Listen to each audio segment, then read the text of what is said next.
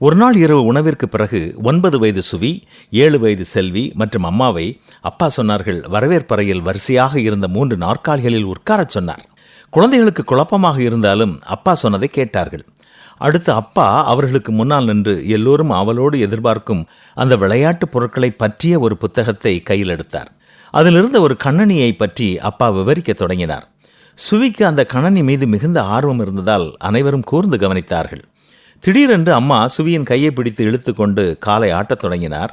பிறகு இருக்கையில் அங்குமிங்கும் நகர்ந்து கொண்டே அவனை இடித்தார். அடுத்து ஒரு காகிதத்தை சத்தமாக தட்டி கொண்டே கீழே விழுந்த ஒரு பேப்பரை எடுப்பது போல சுபிக்கு முன்னால் குனிந்தார். சுபி தன் அம்மாவை ஒரு மாதிரியாக பார்த்தான். அப்பாவின் பேச்சில் ஒரு வார்த்தையை கூட தவறவிடக்கூடாது என்பதற்காக சுவி முன்னால் சாய்ந்து அமர்ந்தான். பிறகு அம்மா எழுந்து அவனுக்கு முன்னால் நடந்து சென்றார்.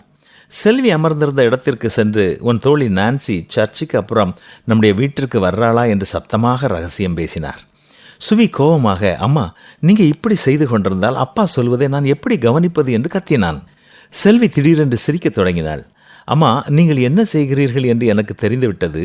சர்ச்சில் பிரசங்கம் நடக்கும்போது நாங்கள் எப்படி நடந்து கொள்கிறோம் என்பதைத்தானே செய்து காட்டுகிறீர்கள் என்றாள். ஓ அப்படியா என்று சுவி பெருமூச்சு விட்டான். அப்பா சொன்னார், நீங்கள் இருவரும் சர்ச்சில் அமைதியாகத்தான் இருக்கிறீர்கள். ஆனால் இப்படி அங்குமிங்கும் நகர்வதும் சத்தம் போடுவதும் மற்றவர்களுக்கு இடையூறாக இருக்கும். சுவி இப்போது தன் தவறை புரிந்து கொண்டான். நீங்கள் சொல்வது எனக்கு புரிகிறது என்றான். பிறகு நாங்கள் அந்த கணனியை பற்றி தொடர்ந்து படிக்கலாமா என்று கேட்டான். நமது வேத வாசிப்பு மற்றும் ஜெப நேரத்திற்கு பிறகு படிக்கலாமே என்று அப்பா யோசனை சொன்னார். இதை கேட்கிற நீங்கள் எப்படி இருக்கிறீர்கள்? நீங்களும் தேவாலயத்தில் ஆராதனை நடக்கும்போது காகிதங்களை கொண்டு சத்தம் எழுப்புவது, அங்குமிங்கும் திரும்புவது அல்லது ரகசியம் பேசுவது போன்றவற்றை செய்கிறீர்களா? அப்படி செய்தால் உங்கள் மனம் இறை செய்தியில் இருக்காது. அது மற்றவர்களையும் கவனிக்க விடாமல் தடுக்கும். கடவுளை பற்றி இன்னமும் அதிகமாக தெரிந்து கொள்ள அமைதியாக இருக்க கடவுளிடம் உதவி கேளுங்கள். உதவி கேட்போமா?